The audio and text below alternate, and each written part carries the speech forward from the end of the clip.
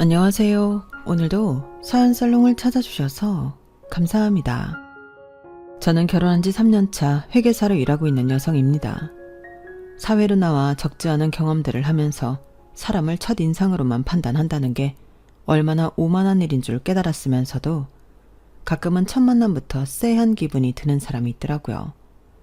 사회생활이거나 개인적인 인간관계 속에서 그런 사람을 만났다면 최대한 피할 수 있는 데까진 피해본다거나 관계를 서서히 멀어지게 한다던가 어떤 방법을 썼을 거예요.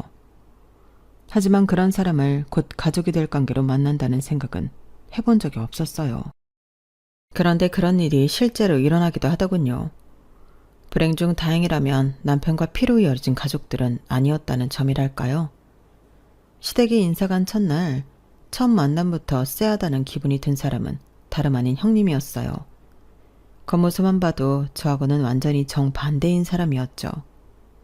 나름대로 상견례라고 가진 것 중에 꽤 좋은 옷을 입었으면서도 일부러 차분하고 단정한 색상으로 갖춰 입은 저와는 달리 형님은 머리부터 발끝까지 명품 로고로 온통 도배를 하고 계셨어요.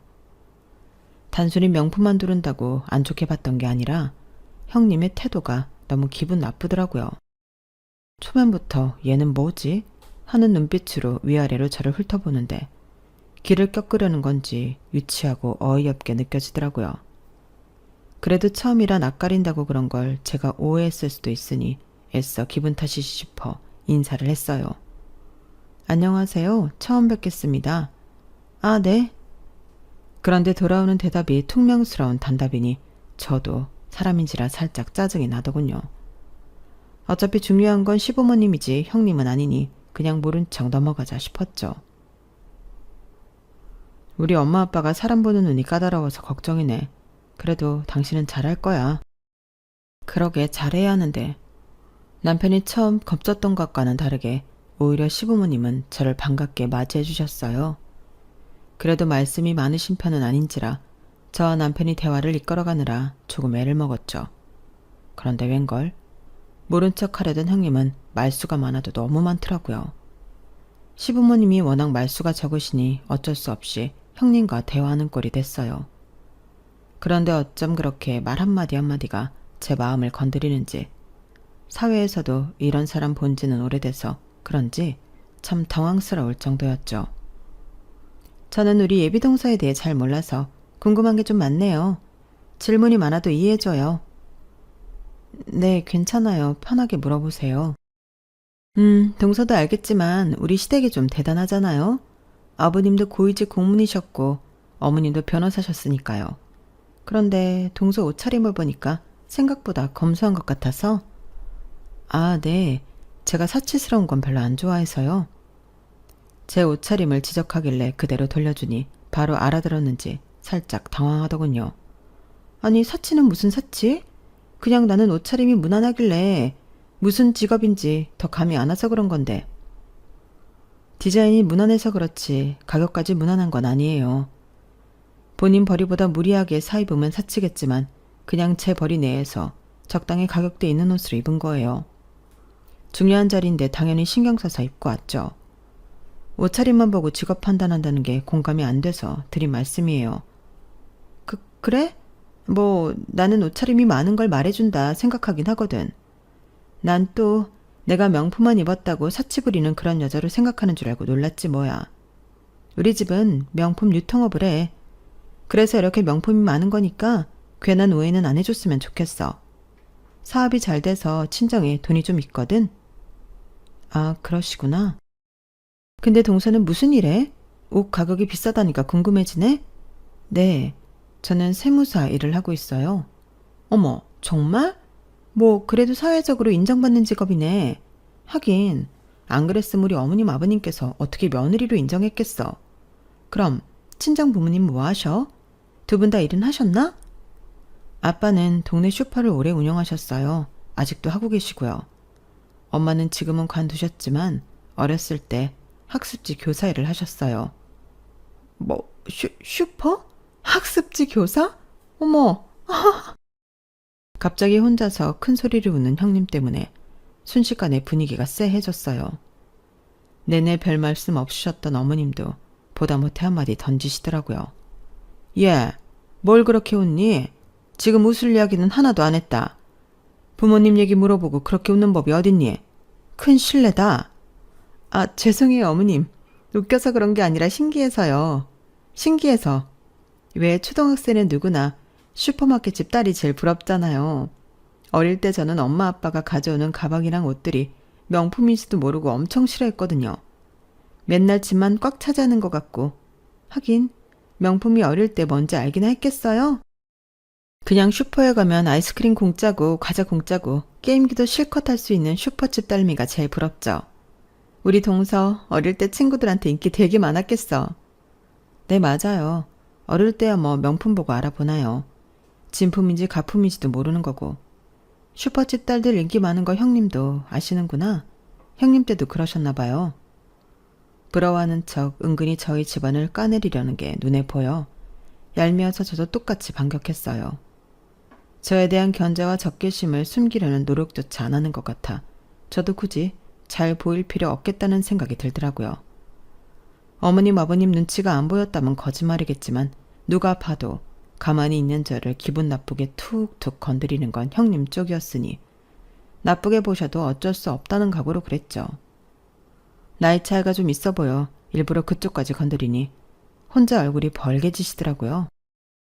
그 다음부터는 기분이 팍 상했는지 아무 말도 안 하고 식사에만 집중하더군요. 그제서야 제 속이 다 시원했죠. 그런데 식사를 마치고 헤어지기 직전 형님이 의외의 행동을 하시더라고요.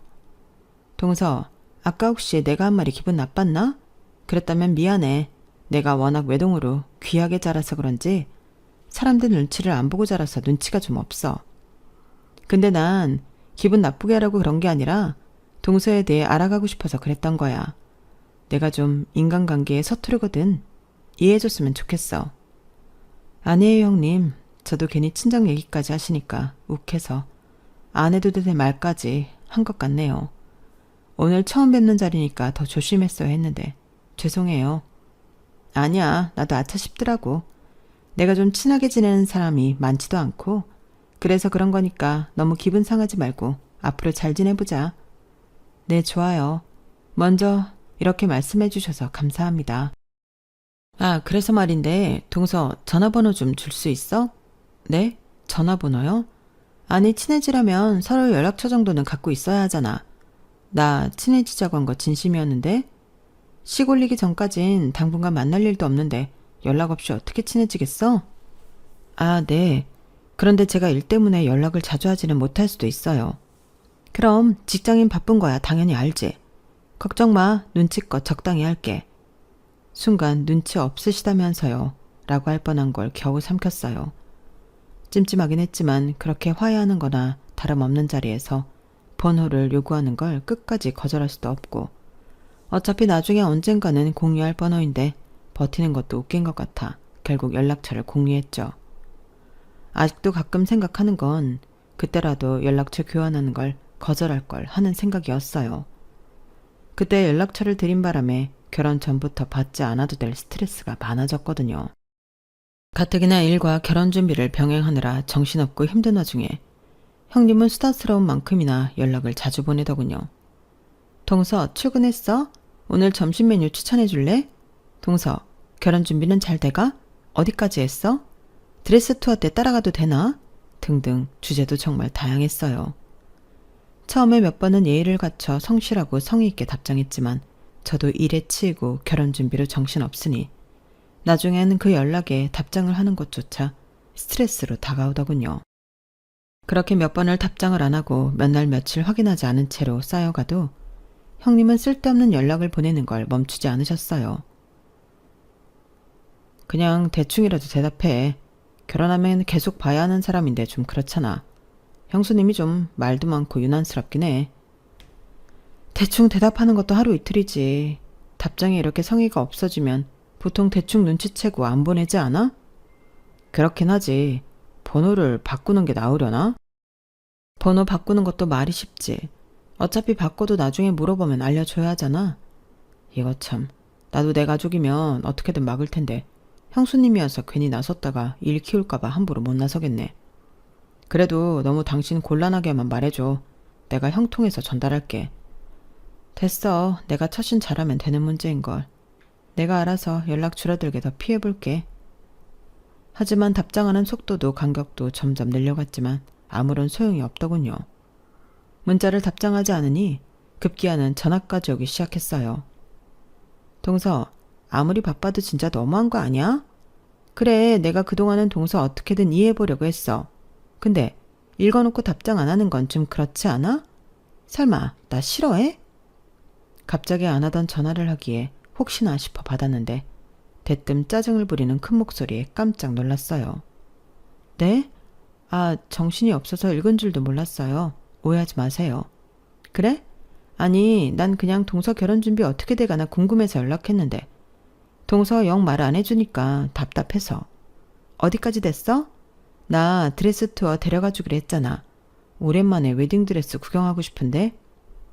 형님, 죄송하지만 드레스 투어는 다 끝나고 셀렉도 마쳤어요. 뭐? 내가 그렇게 노래를 불렀는데 왜 나 안 불렀어? 에이, 아무리 그래도 어떻게 번거롭게 시간 내서 오시라고 하겠어요. 저도 언니가 있어서 언니한테 부탁했어요. 뭐? 그래? 참나. 그럼 예단 예물은 어쩌기로 했어? 그거라도 좀 같이 골라줄까? 그건 남편이랑 상의해서 간소화하기로 했어요. 적당한 선에서 했어요. 어머, 그래? 간소화하면 뭐 얼마나 있나? 그래도 집안 체면 살릴 정도로는 했어? 동서도 같이 살다 보면 알겠지만 우리 어머님 아버님이 워낙 눈이 높으신 분들이라 간소화했다고 해도 적당한 수준이면 안 될 거야. 나도 어머님 아버님 마음에 들게 맞추려고 얼마나 돈을 많이 썼는지 몰라. 우리 집이야 경제적으로 여유가 있으니 그게 됐지만 동선에는 어떻게 했나? 괜찮아? 야근하고 일에 지쳐 집에 도착하자마자 전화 받느라 씻지도 못한 채였어요.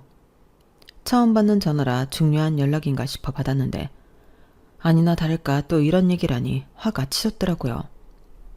형님, 저희 결혼 준비에 일일이 관심 가져주는 거 참 감사하긴 한데요. 시부모님은 알아도 남편이 더 잘 알지 않을까요? 너무 걱정 마세요. 그렇게 하나하나 걱정이 태산이시니 준비하는 저희보다 형님이 더 스트레스 받으실까봐 걱정되네요. 응? 아니 나는 그냥 원래 결혼 처음 할 땐 모든 게 다 선택의 연속이고 힘들잖아. 그래서 도와주려고 한 건데 정말 동서 말 참 독하게 한다. 사람 속은 긁을 만큼 긁어놓고 순진한 피해자인 척하는 걸 보니 더 상대하지 말아야겠다는 생각만 들더군요. 어차피 이렇게 된 거 못을 확실하게 박아야겠다 싶었죠. 형님, 말씀은 감사하지만 남편이랑 상의해서 잘 해내고 있으니까 더 이상 이런 관심은 안 주셔도 괜찮을 것 같아요. 오히려 바쁜 와중에 너무 연락을 자주 하시니 저도 답장을 일일이 하기가 힘들고 버거워서요. 그런 사적인 연락은 적어도 식 다 끝나고 여유 있을 때 해주시는 게 서로한테 좋을 것 같아요. 그래, 나도 이번에야 동서 마음 제대로 알았어. 결혼하기 전까진 모른다 이거지? 그래, 그럼 결혼하고 연락하자고? 그렇게 강하게 말하니 그제서야 말이 먹히는 건지 형님이 한 발 물러나더군요. 자존심이 크게 상한 듯한 목소리지만 더 이상 제가 고통받지 않으려면 어쩔 수 없다고 생각했어요. 차라리 조금 사이가 멀어지는 게 편한 성격이라고 생각했거든요. 형님은 그 이후로 결혼식까지 일절 연락하지 않으셨어요. 그래도 형수님이 혹시나 또 연락하실까 걱정했는데 의외로 그러시진 않네. 그러게. 근데 그렇게까지 말씀드렸는데 계속 연락 올 만큼 자존심이 없진 않으시겠지? 하긴 형님의 연락이 끊긴 후 다시 평화가 찾아왔어요. 사람 신경을 긁는 그 지긋지긋한 연락만 없어도 훨씬 살 것 같더라고요. 그 일 외엔 결혼 과정은 별다른 잡음 없이 순탄하게 흘러갔어요. 시간이 꽤 지나고 나니 마음이 약해졌는지 그때 그렇게 날 세워서 말한 게 좀 죄송스러운 생각도 생기더라고요. 그때 받았던 스트레스를 생각하면 다시 가까워져야겠다는 생각은 절대 안 들었지만 그래도 아직까지 저만 보면 불편한 티를 내며 피하는 형님을 볼 때마다 마음이 좋지는 않더라고요. 그래서 신혼집에 어머님 아버님을 초대해서 대접할 때 아주버님과 형님도 같이 초대했어요. 일부러 제가 직접 형님께 전화드려서 초대를 했어요. 어머, 동서가 웬일이야? 먼저 연락을 다 주고 사적으로 연락하는 거 엄청 싫어하잖아. 그때는 제가 너무 예민했어요, 형님. 다름 아니라 다음 주 주말에 어머님 아버님 모시고 집들이 하려고 하더거든요. 그때 형님이랑 아주버님도 오시면 좋을 것 같아서요. 그래? 그럼 가야지. 알겠어. 집들이 일주일 전쯤부터 남편과 상의해서 식재료들을 사고 손님들이 머무르기 편하게 집을 꾸몄죠. 집들이 당일날 음식을 준비하고 식탁을 예쁘게 세팅하고 있는데 시댁 식구들이 도착했어요. 오셨어요? 그래. 아유, 참 신혼집도 예쁘게 잘 해놨네. 보기 좋다. 정말요? 감사합니다, 어머님, 아버님. 오신다고 열심히 꾸몄는데 보람이 있네요. 무뚝뚝한 시부모님께서 아낌없이 칭찬을 해주셔서 분위기가 한참 좋을 때였어요. 대뜸 형님이 찬물을 끼얹더군요. 아, 어머님도 참. 저런 인테리어 소품은 딱 봐도 요즘 유행하는 중저가 브랜드 할인 코너에서 파는 느낌이잖아요. 이런 거 몇 개 빼고는 거의 거기서 기본형으로 맞춘 것 같은데? 맞지, 동서? 내가 가구를 좀 볼 줄 알거든. 그런 것도 있고 수입 가구도 있어요. 한두 개만 그렇게 보고 판단하시는 거 보니까 그렇게 가구 볼 줄 아시는 건 아닌 것 같은데요. 참, 잘 지내보자고 초대한 집들이라 잘해드리고 싶었는데 오자마자 시비를 거니 안 받아칠 수가 없겠더라고요. 형님 역시 제가 이렇게 나올 줄은 몰랐는지 얼굴을 붉히셨어요. 그래? 하긴 뭐 요즘은 카피폼이 너무 많으니까 구분하기가 좀 어렵긴 하네. 근데 이왕 가구 맞추는 거 다 수입으로 하지 그랬어. 이런 가성비 브랜드는 오래 쓰지도 못하고 금방 망가져버려. 우리 결혼할 때 친정에서 가구는 다 수입 가구로 맞춰줘서 아직까지도 너무 튼튼하게 오래 쓰고 있거든. 아, 혹시 동선의 친정에서는 그렇게까지 다 맞춰줄 형편은 안 돼서 그러셨나? 해달라고 하면 무리해서라도 해주셨겠죠. 그런데 굳이 그러고 싶지 않았네요. 저랑 남편 힘만으로도 충분히 잘 살 수 있는데 결혼도 한마당에 친정이 못하러 그렇게 손을 벌려요. 시댁한테도 마찬가지고요. 글쎄, 동서도 여유 있는 집에서 컸으면 그런 생각 못할 텐데 능력도 능력인데 친정에서 받을 수 있는 지원은 그거랑 또 별개거든. 맞다, 어머님. 오늘도 명품 가방 하나 가져왔어요. 어머님한테 너무 잘 어울릴 것 같은 예쁜 가방이더라고요. 루이비통 거예요. 형님이 갑자기 쇼핑백을 가져와 어머니께 열어보라고 권유하더라고요. 쇼핑백 안 명품 로고가 박힌 박스를 여니 가격대가 어마어마한 명품백이 나왔어요. 아, 무슨 또 이런 걸 챙겨왔니? 사돈 거덜나겠다 거덜나겠어. 에이, 아니에요. 오히려 어머님 갖다 드린다고 하면 좋아하세요. 가방 어떠세요? 너무 이쁘죠? 요즘 어머님 연세에는 이 디자인이 제일 잘 나간다고 해서 가져왔어요. 그래, 너무 예쁘고 고맙기는 한데 한두 푼 하는 게 아니다 보니 너무 미안해서. 네가 그동안 갖다 준 가방도 다 못 들고 다니는데. 어머, 하긴 제가 그동안 너무 가방으로 많이 들었나 봐요. 신발도 있고 다양하게 있으니까 다음에는 다른 걸로 가져와 볼게요. 됐어. 다음부터는 빈손으로 와도 괜찮아. 매번 부담스러워 어쩌니? 그래도 어머님이 잘 메고 다녀주시면 그걸로 충분해요. 저 보라고 일부러 그러는 건지 몰라도 제 집들이에서 굳이 어머님께 명품백을 선물하며 아양 떠는 모습이 곱게 보이진 않더라고요. 저도 모르게 표정 관리가 안 됐어요. 형님이 그런 저를 힐끗 보더니 씩 웃더군요. 동서 걱정 마. 동서 집들인데 내가 설마 어머님 선물만 가져왔겠어? 내가 특별히 동서 선물로 명품으로 챙겨왔어. 자, 이거 열어봐봐. 형님이 가져온 쇼핑백 중 다른 하나를 제게 내밀더라고요. 어머님께 드린 것과는 달리 쇼핑백에 아무런 브랜드 이름도 적혀있지 않은 일반 쇼핑백인데 이미 몇 번 재활용한 것 마냥 너덜너덜 하더라고요. 박스도 브랜드 박스가 아니라 직접 포장한 것 같은 무난한 무지 박스여서 순간 이거 좀 쎄하다 싶었어요. 왠지 열어보면 기분이 나빠질 것 같더라고요. 감사합니다. 나중에 볼게요. 아니야, 이건 좀 설명이 필요해서 그래. 동서는 명품에는 영 관심이 없고 잘 모르는 것 같아서 한번 열어봐. 하도 재촉을 하길래 뭔데 저러나 싶어 박스를 열었어요. 아니나 다를까 속에도 엉성한 포장에 대충 구깃구깃 접혀있는 스카프가 있더군요. 누가 봐도 새 제품이 아니라 쓰던 걸 가져와서 대충 포장한 느낌이었어요. 뭔가 이상한 것일 거라 예상은 충분히 했기 때문에 크게 놀랍진 않더라고요. 어머님도 이건 아니다 싶었는지 너무 비교되는 선물에 온 가족이 정적이 흘렀어요. 형수님, 이거는 남편도 욱했는지 나서려고 하길래 제가 가만히 팔을 잡아 말렸어요. 여기서 도발하는 대로 화냈다간 저희 꼴만 우스워질 테니까요. 예, 이거는 누가 쓰던 거 아니니?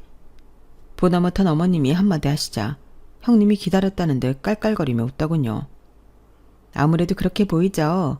근데요, 어머님, 명품이 왜 명품이겠어요? 시간이 지나도 그만한 가치가 있어서 그런 거죠. 아무리 중고라도 명품은 구하려면 값이 꽤 해요. 이건 특히나 색이 무난해서 유행도 안 타는 디자인이라 자주 할 수 있을 것 같아서 동서 선물로 준비한 거예요. 그런 말도 변명이라고 뻔뻔하게 말하는데 할 말이 없더군요. 이대로라면 집들이 분위기가 이상해질 것 같아서 그냥 제가 미친 척 분위기를 띄워보기로 결심했어요. 어머, 그러게요. 어떤 옷에 입어도 잘 어울리겠다. 감사해요, 형님. 무슨 저까지 명품을 챙겨주시고 그러세요. 진짜 너무 마음에 들어요. 형님 아니면 제가 언제 이런 거 매보겠어요? 너무 감사합니다. 잘 쓸게요. 오히려 엄청 기뻐하는 척하니 형님도 살짝 당황한 눈치였어요. 그래? 다행이네. 네, 다음에도 꼭 명품 선물 부탁해요. 형님 친정 덕분에 제가 다 호강을 하네요. 그렇게 좋아하는 친정재산 칭찬을 해주니 아주 얼굴에 화색이 돌더군요. 그래, 동서도 이제야 아는구나. 내가 종종 명품 좀 갖다 줄게.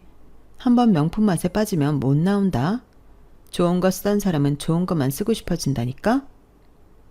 칭찬을 했던 게 효과가 컸던 모양인지 그 이후로는 다행히 분위기가 화기애애져서 성공적으로 집들이를 마쳤어요. 그래도 황당했던 감정은 마찬가지라 어이가 없어 스카프 사진을 그냥 그대로 찍어뒀어요. 그리고 다음날 친한 직장 동료와 점심을 먹던 자리에서 서로 시댁 이야기를 하다가 신세한탄을 하면서 그 사진을 보여주게 됐어요. 이것 봐. 누가 봐도 누가 쓰던 거 주워다 준 거 아니야? 아무리 명품이라도 그렇지. 본인이 명품에 미쳐있으니 다른 사람들도 그저 명품이면 다 좋아하는 줄 아나. 그쵸. 가격 상관없이 주는 사람 성의가 고마운 거지. 근데 이건 진짜 성의가 없어도 너무 없다. 박수 재활용한 것 같은데요? 이건 좀 심하긴 했다. 아니, 근데 잠깐만요. 이 디자인 어디서 많이 보던 건데? 아니, 이거 진짜 본인이 하던 거 아니에요? 뭐 그것까진 모르겠지만 근데 진짜 자기가 하던 거 좋겠어? 아니에요, 맞는 것 같아요. 제가 결혼식 갔을 때 하도 머리부터 발끝까지 명품으로 치장한다고 해서 궁금해서 유심히 봤거든요. 그래도 저 스카프는 꽤 이쁘다고 생각해서 봤는데 그때 하고 온 것 같은데요. 와, 어떻게 결혼식에 하고 왔던 걸 선물로 줘요? 진짜 일부러 그런 거 아니에요? 와, 진짜? 설마. 사실 결혼식 당일은 인사하러 다니느라 정신이 없어 형님 옷까지 기억이 나진 않았어요. 혹시나 싶은 마음에 결혼식 때 시댁 식구끼리 찍은 사진을 찾아보니 정말 동료 말이 맞더라고요. 똑같은 스카프를 목에 감고 제 옆에서 환하게 웃고 있는데 기가 차더군요. 그제서야 남편과 어머님이 욱하거나 놀라며 반응했던 이유를 이해했어요. 아마 꽤 자주 하고 다녀서 눈에 익은 스카프여서 그랬던 모양이었어요. 참나, 그렇게 명품거리면서 자랑하더니 내 선물은 절대 그렇게 못 주겠다 이건가? 진짜 웃기는 인간이네. 이번엔 칭찬해서 잘 넘기셨다면서요. 다음엔 모르죠. 시댁에도 명품 갖다 퍼준다면서요. 도대체 왜 그러는 거예요? 애정결핍인가? 이왕 이렇게 된 거 그냥 칭찬 더해서 명품이나 얻어내세요. 아, 그냥 이런 기싸움 자체를 좀 안 하고 싶다. 왜 이래야 하는데? 명품이고 나발이고 관심 없으니까 신경 좀 안 거슬렸으면 좋겠어. 그러게요. 시부모님도 아니고 형님 때문에 스트레스를 받아야 한다니. 아니, 근데 그 형님이란 분 친정 회사 이름이 뭐예요? 응? 그건 왜? 아니, 최근에 아는 분한테 들은 건데요. 땡땡 유통회사 아시죠? 거기도 명품 수입하는 회사인데 백화점에도 많이 입점하고 원래 잘 나가던 회사였는데 최근에 유럽 쪽 계약이 끊기면서 자금 돌리기가 힘든 상황이라 하더라고요. 그래서 체납권까지 생겼다고 하던데요. 뭐? 진짜? 체납까지? 그 정도야? 네. 보통은 상속 포기부터 하고 정리하잖아요. 근데 거긴 아직도 버티고 있다고 하더라고요. 업계에서는 그 빚덩어리 어디 메워줄 믿는 구석에 있는 거 아니냐고 하고 있어요. 거기 시댁도 좀 재산이 어마어마하다고 하던데요. 근데 설마 그 회사는 아니죠? 아, 사실은 맞아. 업계에 있다 보니 이런 이야기까지 다 듣게 되네. 대박. 아니, 선배님 시댁이 좀 여유가 있으시잖아요. 그래서 설마 거기가 여긴가 해서 물어봤어요. 진짜 세상 좁다. 그러게 말이야. 이걸 어쩜 좋아. 시댁에서는 친정 힘들다는 언급은커녕 내색도 없었는데 오히려 요즘은 더 돈을 펑펑 쓰려 하길래 친정 일이 더 잘 되는 줄 알았지. 역시 빈술에게 요란하다더니. 선배님 시부모님도 조심하셔야겠어요. 시부모님은 좋은 분들이라면서요. 빨리 알리셔야 하는 거 아니에요? 나도 그럴까 싶었는데 괜히 먼저 나서서 그러지 말고 우선 좀 기다려 볼까봐 스스로 언제 말할 건지 궁금하기도 하고. 의도치 않게 형님의 비밀을 알게 되고 나니 마음이 좀 싱숭생숭하더라고요. 하지만 아무리 생각해도 최근 형님의 행동은 친정이 기울어서 힘든 사람의 행동이 아니었어요. 그러던 어느 날이었죠. 아버님 생신을 맞아 다 같이 일본 여행을 다녀오기로 했어요. 가까운 나라이니 자유여행으로 가기로 해서 웬만한 일정은 남편과 제가 머리를 굴려 시부모님이 좋아하실 만한 합리적인 코스로 짰죠. 저희가 짠 일정인데 어떠세요? 마음에 안 들거나 가고 싶은 곳이 있으면 더 추가해도 좋을 것 같아요. 그래, 남편이랑 한번 보고 얘기해 줄게. 그 후로 일주일이 지나도 별 말이 없길래 그대로 하면 되겠거니 싶어서 숙소와 식당을 차례로 예약해뒀어요. 그렇게 여행을 떠나는 당일 숙소에 도착해서 체크인을 하고 짐을 푸는데 형님이 얼굴을 찡그리더라고요. 어머 세상에, 지금 식구가 몇인데 이렇게 좁은 숙소를 빌렸어? 3일 내내 이런 좁은 방에서 자야 한다고? 편히 쉴 수 있게 각 방 다 있는데 이것보다 더 좋은 방을 원하신 거예요? 저희 모은 금액에서 예산 초과 안 되는 선에서 제일 좋은 방으로 고른 거예요. 아, 무슨 금액 걱정이야. 정 걱정되면 내가 더 내면 되는데. 아무리 그래도 아버님 생신인데 이런 숙소는 좀 난 처음 와본다. 시설도 깨끗하고 방도 쾌적한데 뭐가 문제니? 나는 마음에 든다. 열심히 알아봐준 사람 무한 주지 말아라. 시부모님이 제 편을 들자 표정이 싹 달라지더라고요. 아버님, 저는 그냥 아버님 더 좋은데 해드리고 싶어 그러죠. 동서한테 뭐라 한 거 아니니까 오해하지 마세요. 제 진심 아시죠? 어머님, 아버님? 그러더니 갑자기 캐리어에서 이런저런 명품 선물들을 꺼내오더라고요. 이따가 식사할 때 드리려고 했는데 왔다 갔다 짐 될까봐 미리 드릴게요. 이거 아버님 생신 선물로 가져온 명품 구두예요. 좀 멋들어진 곳 갈 때 이런 구두 한 켤레 있으면 좋잖아요. 아, 이따 식사할 때 신고 가면 되겠다. 이런 구두를 내 나이에 신을 일이 뭐 있다고 불편하기만 하지. 이 구두에 입을 옷도 없다. 그날따라 아버님께서 냉랭하게 구니 형님이 안절부절 못하며 가방 안에서 또 뭘 꺼내오더군요. 그럼 이건 어떠세요? 이건 명품 지갑인데 어머님이랑 커플로 하라고 색상만 다른 걸로 사왔어요. 이런데 돈 좀 그만 쓰라고 하지 않았니? 아우, 돈은 쓰기는 뭘 써요. 저희 집 명품 수입하잖아요. 그냥 아버님 어머님 생각해서 좀 챙겨오는 거예요. 두 분 수준이 있으신데 이 정도 명품은 쓰셔야죠? 형님이 호들갑을 떠는 내내 어머님과 아버님 표정이 묘하게 안 좋으시더라고요. 그래서 식사하러 이동하는 잠깐 사이에 아버님께 슬쩍 다가가 말씀드렸어요.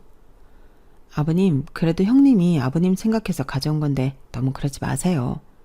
형님이야 워낙 명품을 좋아하니 명품이 최고인 줄 알고 본인이 제일 좋다고 생각하는 걸 준비한 것 같아요. 그래, 우리도 처음엔 그렇게 생각하고 고맙게 받았다만 요즘 좀 이상해서 말이다. 자꾸만 큰아들한테 우리 재산에 대해 꼬치꼬치 묻다가 싸웠다거나 그런 이야기가 들려와서. 사실 우리가 며느리한테 무슨 이런 선물까지 바라겠니? 그저 내 아들이랑 오손도손 잘 살고 우리랑도 잘 지내주면 그만인 거지. 그래, 쟤는 뭔가 처음부터 진심이 안 느껴지고 어떻게든 과하게 해서 우리 환심 사려고 하는 걸로밖에 안 느껴져서 조금 부담스럽더라. 그 이야기를 들으면서 시부모님도 처음부터 뭔가 느끼고 계셨겠구나 싶은 생각이 들더라고요. 시댁에 그 이야기를 말해줘야 하긴 하겠는데 도대체 어떻게 말을 꺼내야 할지 난감했어요. 그런데 결국 형님이 제 뚜껑을 열더군요. 동서, 그렇게 열심히 알아봤다더니 겨우 이런 데 알아본 거야? 세상에, 차 맛이 이게 뭐야. 내가 더 좋은 곳 아는데 지금이라도 거기로 갈까요? 차 맛이 진하고 향긋한데 뭐가 문제니? 앉아서 마시기 시작한 지 얼마나 됐다고 이동을 해. 그러지 마시고요. 이왕 여기까지 온 거 더 좋은 데 가요. 네? 형님은 저와 남편이 열심히 짠 코스를 따르는 척 도착해서는 온갖 트집을 잡아 불평을 늘어놓고는 본인이 아는 곳이 있다며 근처 훨씬 비싼 곳에 데려가더군요. 돈은 돈대로 2번씩 낭비하고 피곤한 시부모님들을 본인 욕심으로 끌고 다니니 온 가족이 지칠 대로 지쳤어요. 그러다 제가 한 달 전부터 대기해서 겨우 예약해 놓은 비싼 코스 요리집에 가는 날이었어요. 이곳은 워낙 유명한 곳이고 비싼 곳이다 보니 형님이 트집을 잡을 일이 없겠다 싶어 나름대로 안심하고 있었죠. 형님 역시 이곳을 알고 있었는지 도착하니 약간 놀란기색이더군요. 내심 뿌듯해하고 있었는데 메뉴를 고르려고 메뉴판을 펴니 형님이 다시 불평질을 하기 시작했어요. 여기서 제일 유명한 코스가 이 A 코스거든요. 어떠세요? 아, 이렇게 유명한 집은 꼭 직접 와서 먹으면 별로던데. 거기서 갑자기 꼭지가 돌더라고요. 그럼 형님이 좀 짜지 그러셨어요. 형님도 아시잖아요. 여기 한 달 전부터 예약 걸어도 잡기 힘든 거.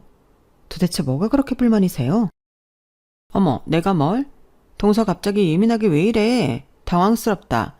여기 온 게 별로라는 게 아니라 동서가 굳이 여기서 또 제일 가성비 따진 코스 찾는 것 같아서 보기가 좀 그래서 그래. 누가 슈퍼집 딸 아니랄까봐 너무 가격만 따지니까 보기가 좀. 네, 그러는 형님은 부잣집 딸이라 비싼 거 아니면 성에 안 차신다 이거죠. 그래요. 그럼 형님 눈에 차는 걸로 고르세요. 뭐 얼마나 대단한 거 드시나 보게. 제가 시부모님 모시려고 여행 왔지 형님 입맛 맞추려고 여행 온 건 아닌데 가시는 곳마다 불평을 하시니 어떤 거 고르시나 구경이나 해보죠. 시부모님 앞이라 정말 안 싸우려고 했는데 그땐 단단히 노이로제에 걸려 어쩔 수 없었어요. 시부모님도 제 말에 동의를 하는지 딱히 저를 말리진 않으셨어요. 형님은 제일 비싼 코스를 시켰어요. 평소대로라면 절대 먹을 일 없는 초호화 코스였죠.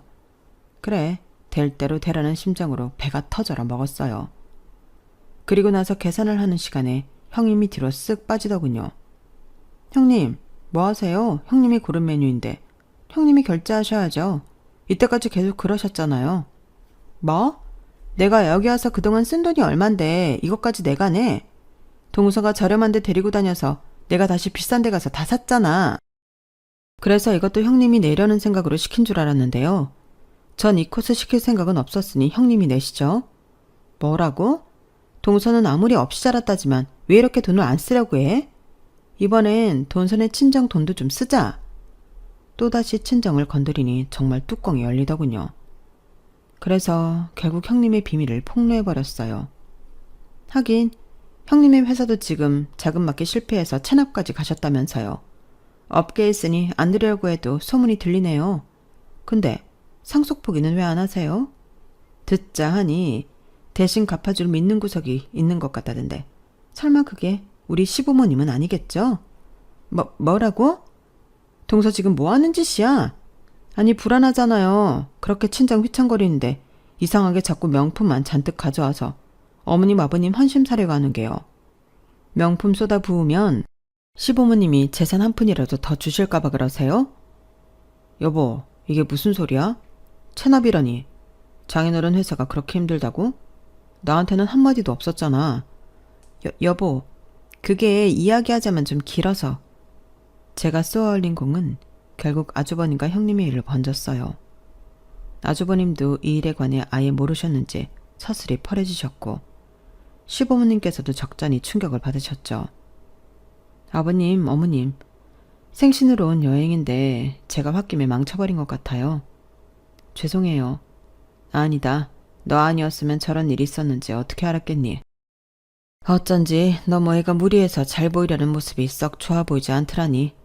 늘 친정 잘 나가니 걱정 말라고 해서 이걸 믿어도 되나 불안불안했는데 저런 속사정이 있었을 줄이야.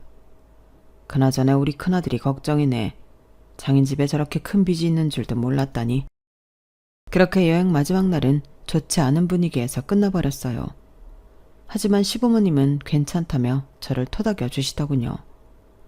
죄송한 마음에 몇 주 뒤 시부모님은 서울에서 한번 더 괜찮은 식당에서 남편과 따로 모셨어요. 그때 시부모님께 듣기로는 그 여행 이후 형님께서 아주버님께 돈을 빌리려다 실패했고 상속 포기를 안 하고 버티면서 시댁의 재산만 바라는 형님의 모습에 크게 부부싸움이나 이혼 소송 절차를 밟고 있다고 하더라고요. 형님 쪽에서 이혼을 안 하려고 버티고 있지만 아주버님 쪽에서 결국 소송을 통해서라도 이혼을 해야겠다는 입장인 모양이었어요. 너는 괜히 죄책감 갖지 마라. 큰애가 다른 건 몰라도 자기한테 거짓말하는 건 용서 못하는 애거든. 그동안 그렇게 허영심 많이 부렸어도 가정 지켜보겠다고 많이 참아왔는데 그걸 다 빚져서 부린 허영심이라고 생각하니 더 이상 못 참겠더란다. 한시라도 빨리 알게 됐으니 너한테는 고마워하고 있어. 우리도 고맙다. 그렇게 사건은 일단락 되었어요. 처음엔 괜히 그렇게 가족들 앞에서 홧김에 이야기했나 후회했지만 오히려 시댁 식구들이 제게 고마워하니 마음이 한결 편안하더군요. 의도했던 건 아니지만 아주버님이 형님과 이혼을 결심하시는 바람에 시댁에 올 때마다 전과는 달리 불쾌한 일이 줄어들었어요. 오히려 명절마다 분위기는 훨씬 좋아졌어요. 우리도 큰애만 잘 지냈으면 됐다 하고 많이 참아 넘겼는데 우리 집안이랑 맞는 애는 아닌 것 같더라. 차라리 잘 된 거지. 지금은 아주버님도 이혼 정리가 잘 되어 나름대로 잘 지내고 계세요. 그래도 조금은 죄송한 마음이 남아있어 반찬 같은 걸 할 때 많이 해서 아주버님도 챙겨드리고 있어요. 형님은 그렇게 버티더니 결국 상속 포기를 했다는 소식을 들었네요. 본인이 그동안 부려온 허영심을 뒷수습하느라 아주 인생이 힘들어진 걸로 알고 있어요. 그렇게 남의 가정 환경을 들먹이며 남일처럼 굴더니 지금은 그보다 더 힘든 환경에서 어떻게 버티고 있을지 가끔은 저도 궁금해지네요. 여기까지가 제 사연입니다. 저도 제 분수를 잘 알고 열심히 일하며 살아가 보겠습니다. 들어주셔서 고맙습니다. 여러분들도 행복하세요. 여러분, 사연 댓글에 응원과 현명한 조언 부탁드려요. 좋아요와 구독은 저에게 큰 힘이 됩니다. 오늘도 좋은 하루 되세요.